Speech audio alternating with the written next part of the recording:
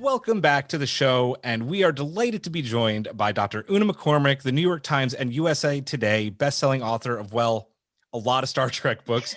Her most recent works include Star Trek Picard, The Last Best Hope, which I also read and was excellent, the autobiography of Catherine Janeway, and the book we're going to be talking about today, Star Trek Discovery, Wonderlands. Welcome aboard. Hello. Thank you very much for having me. Good to be here. Well, we're very glad to have you. And as we were saying before we started recording, we all thoroughly enjoyed the book. It was a really fun ride. And I want to get right into it. This is something we'll also talk about a little bit later on. And that is Michael's year away from Discovery upon coming to the future. This is obviously a really hot topic, right? For fans of the series, and something that we all, I think, wanted to know about upon seeing her crash land and make a little bit of a crater in that first episode. How excited were you to be able to tell the story in detail? And I guess, how did that opportunity to write this book come about? Oh, well, I was really excited because I think we kind of, we knew that this big gap was there. And it was, a story that needed to be told. We sort of, we had to know what had happened there. So I think I was approached. I was asked whether I wanted to do this book, and I thought, yeah, I think the draw for me was writing Burnham because I hadn't written her before, and I'm kind of ticking off my captains. So. Well, Doctor Who writers tick off their doctors, and I think Star Trek writers tick off their captains. So I thought, I'll get that one in, because she is now, of course. But it was to write Burnham, I think, was the draw for me, and then to sort of, I think I was. It's a while now since I was commissioned for this. I think you guys hadn't seen Discovery. I think it was still in production because I was getting scripts. But I was seeing where this gap would be, and yeah, I could see that this was going to be something that people would want to have answered. So yeah, that's how it came about. That's really cool. Sorry, Aaron. I didn't know that you when you're writing these books got that close to it and actually got to read some of the scripts as it was in production. That's really neat. Yeah, I think I saw. We signed non-disclosure agreements. I think it's fairly standard. I think when you're doing this, I've had this with Doctor Who as well. That you see some material, you see scripts, and often they're in quite an early stage. You might see a couple of drafts, and you sign a really tight non-disclosure agreement. In a sort of. I remember when I was doing the Picard book. I've joked about this, but I really did feel it. Absolutely, so you couldn't even say that I was doing a Picard book. Felt bad saying the word Picard. And then when the first episode went out in Britain, I was looking at my half going, I don't think people should be watching this. This is it. Felt so kind of, so you take that quite seriously. But I think afterwards, yes, you kind of need to see scripts. Say one word about the show and we'll transport you into space. Oh, I can feel the helicopters with the sniper and but you take it. I mean, it's part of the job. You take it seriously. You don't want it spoiled. You don't want to be. You don't want this stuff leaked out. So yeah. I guess we'll move on. Oh yeah, no, go ahead, Hawk. Oh yeah. So on the subject of Michael's year as a courier, away from Starfleet and away from like this entire support network that she had before the book was even announced, it was this noticeable complaint by fans that this was a story that should have taken place over an episode or two. With a smaller episode order and a more serialized style of storytelling, this can be difficult though. Do you think this is a story better told visually, or as we're discussing today, in a book form? Well, the way I kind of conceived it, or as I was writing it, as I conceived it, I realized that what I was doing was writing a sort of extra season. I think if you look at the way the book's structured, it's kind of it's got fewer chapters than usual. Yes. I usually have about 12 or 15. It's got 9. It should have 10, really, I think, to be a proper. And it kind of opens with a 2-part, and then it ends with a kind of 2-part, and there's a kind of few recurring characters. And in my head, I was kind of going, oh, this is the studio block they'd be in, and you'd get them in on that day too. So in my head, as I was writing, I was increasingly conceptualizing it as a season. Sort of, I don't know, 2.5 or 3.1 or something. So I think it is a big gap in the narrative. But I do understand why it's not on screen, because the show is called Discovery. So yes, kind of following that rather than And then I guess we've got the book if people really want to fill that gap. I guess if you care enough to think, I want that year, you probably care enough to go and find a book. Agreed. Agreed completely. Yeah. So and my game. So I can't complain. That's the best part about books, I think, is they can sort of get in there and answer the questions that a show doesn't necessarily have like the time to do, because like you said, the show's called Discovery, so they couldn't really do that, but the book gives you like the space to flesh that out. And I think that we're all massive fans, obviously, yeah. Yes. So we would quite happily. I mean, I guess we would quite happily watch 4 hours of just Book and Burnham and Grudge. Yeah, I could certainly write it. Yeah, I don't know what you're talking about, and I would watch 4 hours of just Grudge. So. Grudge, yeah. I should say that. Probably listening. But the average viewer is probably going, well, where's the wonderful woman with the curly red hair, and where's that guy with the weird mask who's really tall, So they want to know why they're not on screen, I guess. So it is Discovery. But if you really care, then this book is there to fill that gap. I think that's the nice thing with the books working so closely with the writers' room, is that they're really thinking about what you guys might like to read and have as kind of material that enriches what's on screen. So there's a lot of Sahil in the book, for example, who, I think was someone we saw on screen and went, yes, let's have him on screen all the time. Yes. Well, and you mentioned that that was actually going to be my next question, because he really did like pop in that short little amount of time that we saw him, and in the book you get the chance to really flesh out his character, and we actually get to see that there's more going on this station than we know about, and I like that a lot, because the idea that he's just sitting there for 8 hours a day is a little stressful. So can you talk a little bit about getting to do that? Did you talk to the writers at all, or was that all you? When we were kind of breaking down the book, I'm very lucky to work on these books with Kirsten Beyer, who I'm sure you know is the co-creator of Picard and is in the writers' room and Discovery and so on. And of course, she was, as I'm sure you know as well, listeners might not, she worked extensively on the Trek books. She wrote a lot of the Voyager relaunch novels. So she really understands how the books and the show work together. So we usually work together in the early stages and go, this is where I think the storytelling will be really good, will really sing. And I think very early on we settled that there was a sort of triad of characters of Book, Burnham and Sahil that would tug at each other and mutually support. There's Burnham in the middle with Book on one side saying fly free, embrace this new world, and Sahil on the other side going, don't lose what you loved and what counted and what was best about the Federation. And she sort of tugged between these positions. So we knew Burnham and Book from screen, or you were going to know those from screen and what I was reading in the scripts. But it was Sahil really that I had to think through a lot more. And then, of course, that, as you say, that performance just sang on screen. It's just lovely. So it was a real pleasure to sort of think. I think, like you say, this guy obviously isn't waking up every morning, sonicking his teeth, and then sitting down for 8 hours. There's a space station there. There's stuff going on. He must be doing that, even if it's. I imagined it's quite a sleepy backwater. But there would be ships passing through, there would be people on that station, there would be demands on his time, and try and work out what that life would be like. And I think, as the book suggests, people keeping an eye on when they can move in on this place. Yeah, so that's sort of that's how I imagined it. That it was sort of safe for the moment, but it wasn't always going to be that way. And then the other thing that I think I did in the book was to think about to use that character as the route by which we found out the story of the burn. We have his grandmother's logs, personal logs and diaries from that time. So that was a great route into that story as well. So yeah, he was a gift. Yeah. I think we all had the same reaction when we watched the show, and we see him rise up when Michael shows up finally, and yeah, for what, like less than 5 minutes of screen time. I mean, what a presence. And that's one of the things that I absolutely loved about this book, like you mentioned, was kind of how Sahil was the angel on Michael's shoulder and Book was the kind of handsome devil on the other. Like, yeah. That was just so well done. Although at the same time, I hope Book's saying really good things to her as well. Like Yeah. when there's a moment in the book where she kind of recounts his life story, and I don't know how sweary I can get. You can get Um, sweary. We are a all right, sweary show. okay. He goes, God, that's really fucked up. You're better out of it, don't you?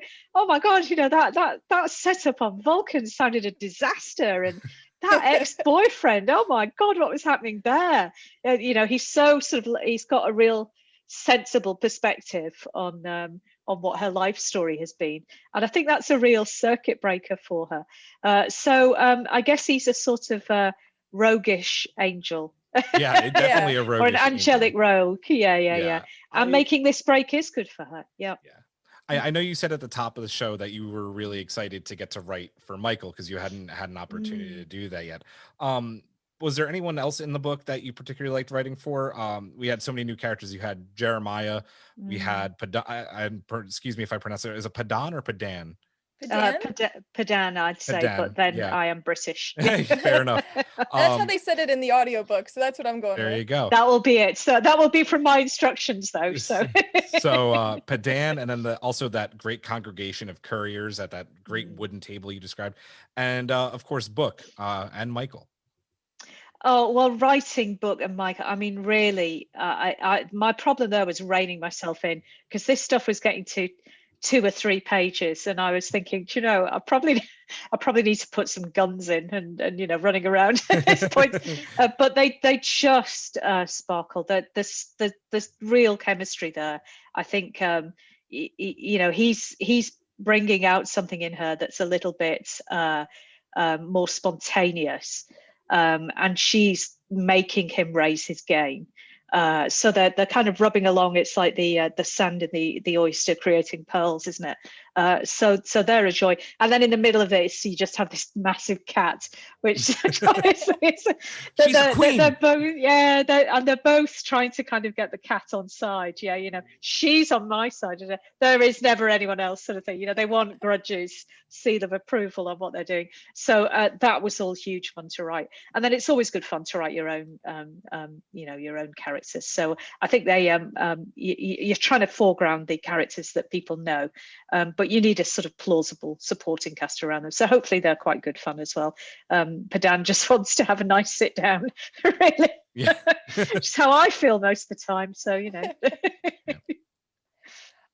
So there were the characters that Michael ran into that were sort of like, I called them the Star Trek cosplayers that sort of, you know, liked wearing the outfits, and she sold to them. And I thought that was such a brilliant idea for her to find a niche in this new world, is to basically be the curator of the past. And where did you come up with that idea? Because I like that they were sort of, I know they were like rich kids and everything, but that they like that ideal, and that there are people out there who aren't sort of wary of the idea of the Federation. They can see something good in it. Where did that come from? Well, I was sure that it was in one of the scripts. I was sure I saw this word reenactors in one of the scripts, and it really was just that. It was reenactors. So a lot of people have asked me this because they've really enjoyed this. So I have a feeling it might not have made it to screen.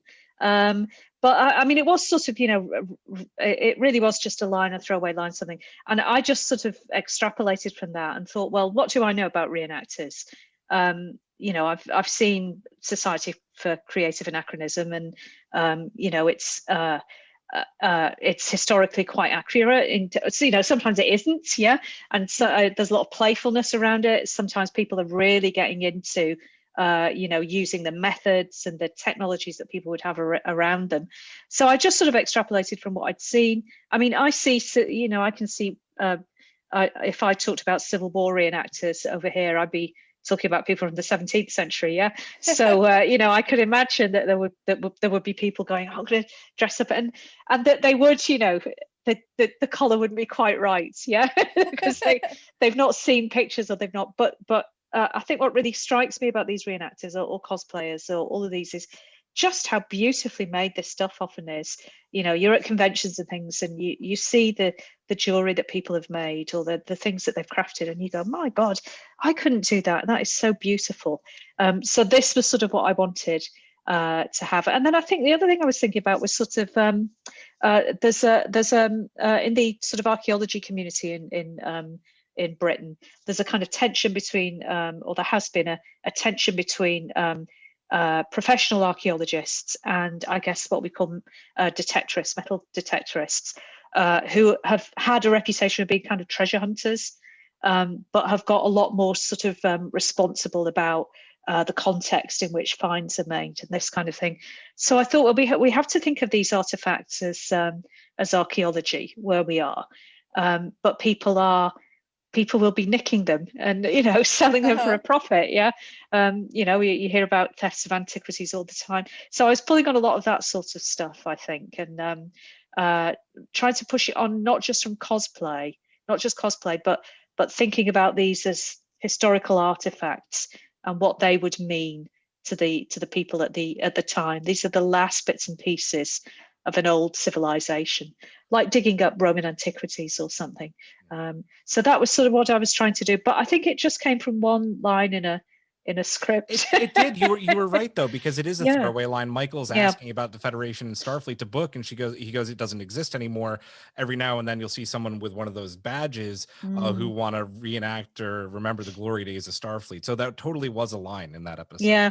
So I just ran with it. I thought, well, what's reenacting about? There's a lot. I'm sure you've got this where you are at the moment. There's lots of discussion about statues being put up and taken down, and historical memory and all these things. And I thought these would be things that would be exactly the same. How do we use the artifacts to interpret history? So I just kind of ran with that word, and people have really enjoyed it, because at the same time, they are a bunch of guys at a convention. Right, exactly. That's us too. And Yep. it's funny you Exactly said that, about sometimes the things they make are more beautiful than they were before, because I live in Los Angeles and I've worked on a bunch of shows, and I can tell you, like, what looks good on screen, you look at the real thing that is on the show, and usually it's like garbage. And you're like, what? I thought it looked so good. And then you go to the cosplay or you go to the convention and people have made it out of like beautiful material, and it's perfectly put together, and it's so nicely, because they had 6 months to do it versus the costume department. They were like, we need this tomorrow. Yeah. We needed this last week. Yeah. Run it up now. Yeah. Exactly that. But these would be made with they wouldn't be mass produced. They'd be crafted with kind of care, be artisan work. So that's exactly the kind of thing I was going for. Yeah. Loved it. Good. Moving on. So most of your novels, they take place during the height of the Federation.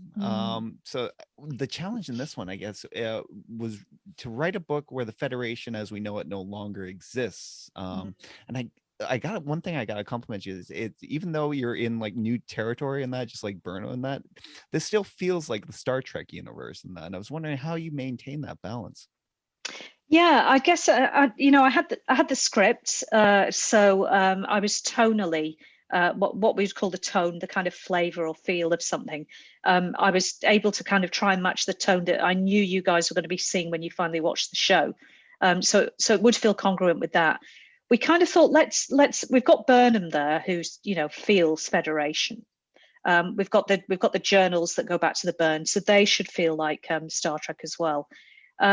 So they're kind of covering some of the gaps, I think. But yeah, there is something Star Trek-y, isn't there? And I think it's a sort of always a question about it's a question about idealism and pragmatism. Is how does this perfect society actually work, and where does it fall short, and what do we do to fix it when it does fall short? So even though it's not there anymore, I think people are still thinking about whether it's worth restoring or how they would go about that or how it broke down. So I suppose in that way, the Federation is still present. It's still very much present as an idea. And hopefully that kind of pervades the book. Hope so. Yes, absolutely. I think it does. I think it does too. And then you've got the little worlds where little sort of fragments still exist, I think they hopefully give a bit of a flavor as well. This is the second Trek book that I've read of yours. The other being Last Best Hope. And both reads have been super fast and just extremely hard for me to put down. From, like we talked about, learning more about Sahil, you mentioned his grandmother's logs, which were just so damning to read, realizing what was going to happen, right? It actually reminded me of one of my personally my favorite video games, Horizon Zero Dawn, where you're in this post-apocalyptic Earth and you're reading people's letters and emails, and I was just like, oh, reminded me of that. But this isn't to say by any means that longer reads aren't enjoyable. But I guess is this a conscious decision on your part when you're writing a new book? Does it have anything to do, I guess, specifically with the fact that Michael is also a character that just never ever stops moving? I think I write very fast. So once I get into a story, I really, I get really absorbed. And I think possibly when I get really into a book, I get very fluent on it. And it could just be that if something is written, I mean, you can also write quickly and write really badly, yeah. Right. Yeah, but I'm lucky that the more I get into it, the sort of more solid my style gets as I'm deep in a book. So it could just be that you're reading at the pace that I'm trying to get it out of my head onto the page, because there's so much in there that I'm just trying to download, but in a shape that you'll enjoy. And at the end of the day, what you're picking up or what you've invested in is a Star Trek book, and that I want it to be well written. I want it to be well crafted. I want it to be enjoyable. And I don't want you to feel like you're having to work too hard, because you are. This is a mass market novel, and it's. I'm not pretending I'm writing Ulysses or anything like that. And possibly you're quite glad because you haven't sat down to read Ulysses. So there's a lot that goes on in my head that I try to get down on the page, and maybe it's sort of speeding along like that. But the other thing that I wrote this book in. We were in lockdown by this point. I think we'd gone into lockdown in March, and I was writing in sort of April, May, June. So there's quite a lot of lockdown in the book, I think. And there's a lot of that in those journals of somebody not realizing that something really big is about to hit. Yeah, I'd been in LA at the end of February, so I was in LA sort of 25th of February, and then by 14th of March I was in lockdown. So that's how, that's the kind of thing I wanted to capture, how quickly something like this had hit. So it is partly a pandemic book. It's very much a Brexit book as well. I think people saying goodbye to an ideal of a federation of diverse states, and trying to pick up the pieces of what's left afterwards. So those things are going on. I'm not sure that answers your question. Yeah, you probably found out there's quite a lot in my head. No, it absolutely does. I'm always interested in how different authors go about their process, and I'm sure it was an extremely different process for you doing it in lockdown. It had to be different for everybody, I imagine, for sure. So no, it absolutely answered it. We talked about that right before you came on. We were saying that this book sort of gave us that feel like we were all in lockdown, and that's what it felt like to her. She was isolated and away from the things she knew, and was learning how to live in the new world. So that's exactly in this tiny little ship too. And when you're stuck in the same place for a year during a pandemic, it could start to feel very small. Yeah. So. And is this world that I was used to, this world of going to cafes and strolling about and all these sorts of things, is this actually ever coming back? Or will I go back into town and find that my favorite cafe has gone, or these sorts of things? That's a small scale version of what she's experiencing. So those are the kind of emotions maybe that are being channeled, and hopefully people find it cathartic in some way, because her ship does turn up. Yeah. Oh, and I felt that during the struggle, the struggle for her to maintain routine and that, and even she started to let that lapse and trying to get back there, and it's a struggle for everybody. She's not doing her morning run and that kind of thing, because she's not on disco anymore. She's on a tiny ship. And when she put the whiskey in her drink, I was like, I've done that. Quarantine, I've done that. Yeah, exactly. Is she in, is she wearing her pajama bottoms when she's kind of talking? So I listened to it on audiobook, and I really liked, I think it was January Lavoie was the narrator. Did you help choose her? Because she was, between your narration or your writing and her narration, like I really felt the voices were so good. And it really, from the show to this, I was just really surprised. And I haven't read any of your other books, but I'm going to, because I've really enjoyed this. Oh, good. And Thank you. I'm also going to look up her narration too, because I thought she was wonderful. I actually just listened to another book before this, and we were saying in the last question, that book was so bloated and like so strung out and so long, and this one was perfect and such a good pace, and so I felt the voices were there and she was good. So did you? Yeah, going back all the way around, did you help choose her?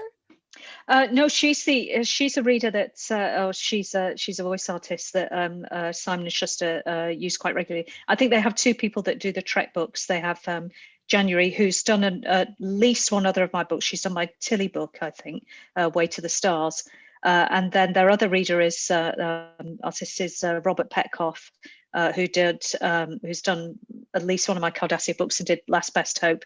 But they're fantastic. It must be such a great gig for an actor, because you get to do, he's having to do Patrick Stewart's voice and this kind of thing, or Andy Robinson's Garrick, or they're having to do these really distinctive voices. So you might enjoy the Tilly book, which I'm fairly certain that she read. But that's all on the sort of audiobook production. That's over with the publisher. But I have never been disappointed in what those guys do reading them. They're just great. And then my other reader for my Janeway autobiography was the captain herself. Her. Yeah, Kate Mulgrew read it. Too. Yeah, absolutely loved it. Oh God, what a thrill! You imagine how excited I was. That is on my list now that I've gotten this out of the way, and I don't think the next Star Trek book comes out, I think, till August. So I'm finally getting the audiobook to hear her read her own autobiography. I can't wait to read it. Yeah, I was thrilled. She's been really nice about the book on Twitter and things. It's just been all round lovely. It makes up for, of course, this was going to be the year that we were out promoting the book at conventions and this sort of thing. So that really made up for. I think all actors were kind of going, send me audiobook projects. So I'm going crackers here, and she was phenomenal and just sort of agreed to do it. So I'm thrilled. Yeah, do that one. I think you'll enjoy that. Yeah. So we can't let you away without asking in that. We see that you've done a wrap on you've watched Enterprise for the first time in its entirety. Yeah, that's right. Yeah. I decided to commit to. I realized there were bits and pieces of gaps in my kind of Trek viewing. It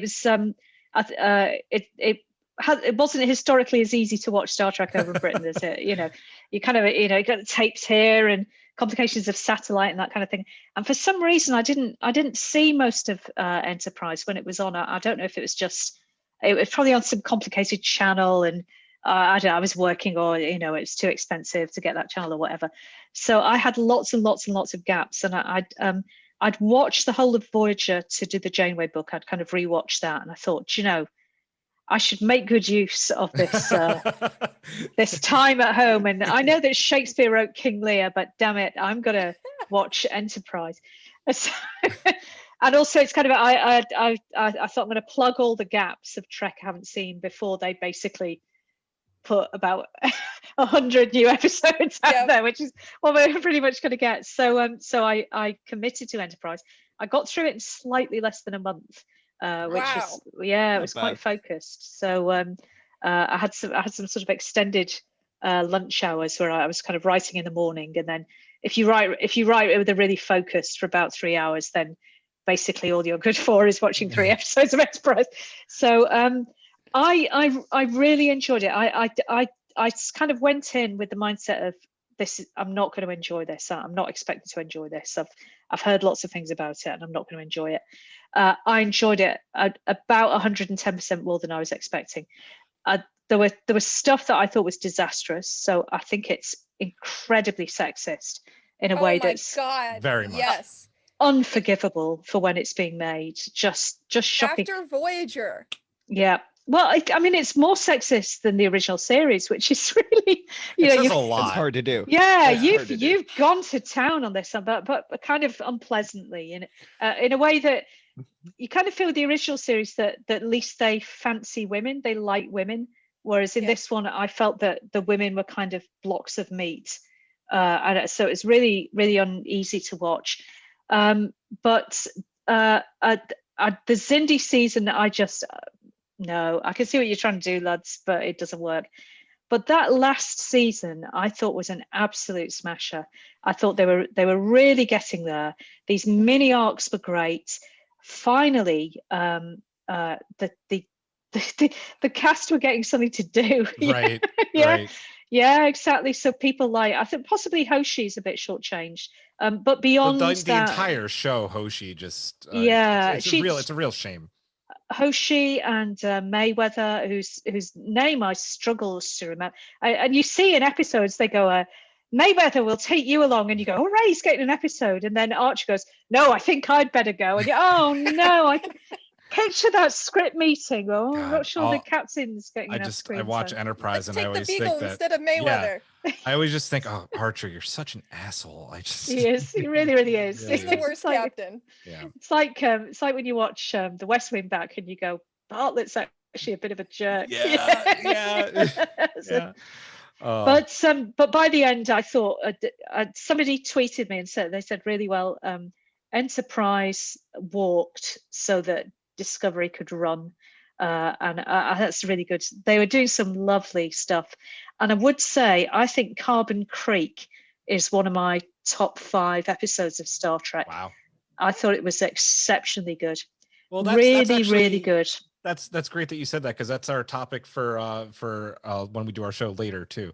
Is we're going to be talking about episodes of Star Trek that you would recommend to people. So that's great that we. It was great. I thought it was like an episode of the Twilight Zone. I thought it was like a new Twilight Zone. I thought it was superb, and I thought if you could have just done that, trusted your instincts and gone with that, you would have had a superbly good show. It's always that with Star Trek. It's always that with television science fiction, isn't it? You see this glimmering castle on the hill that it could be, and then you realize you're watching an episode of Ryan Slave Girls. Your Twitter has just been a joy to read when you were going through Enterprise. So I've had a lark. We had to bring that up. Una, we want to say thank you so much for joining us today. Are there any upcoming projects that you can tell us about that you're working on, or I know you have to deal with those NDAs or super secret ones you want to release? Super secret ones. Well, if I tell you any super secret ones, you'll see the sniper kind of get me. So that'd be a bit of a dramatic end to the show. I'm fairly certain I can tell you about the autobiography of Mr. Spock, which is coming out at the end of the year. And those of you who like Firefly, I have a Firefly novel coming at the end of the year as well. So that's been a real wish list Very cool. for me. So I really, really love Firefly. So those are the 2 that I can tell you about. And then ask me again in about 6 months. Sounds good. Well, when we can, we'd love to have you on again to talk about. I'd love to come back. That'd be really good. Wonderlands is available now. You can go to your favorite local bookshop and support them and pick it up. Or if you're in the UK, you can go to bookshop.org.uk to pick up a copy. It's a wonderful read. You should absolutely read it. Una McCormack, thank you so much for joining us today. It's been an absolute pleasure. My pleasure. Thanks very much, guys. I appreciate it. You're very welcome. That is going to do it for our show this week, guys. We hope you have a great Memorial Day weekend. We'll see you next week with a brand new episode. So for Hawk, for Aaron, for Dr. Una McCormack, we say live long and prosper. Majram. Good night.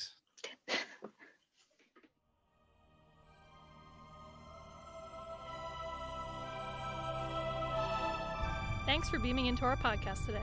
If you want to keep the hailing frequencies open, you can subscribe on Apple and Google Podcasts, YouTube, and Spotify. Like what you hear? Put in a good word with Starfleet and leave us a 5-star review.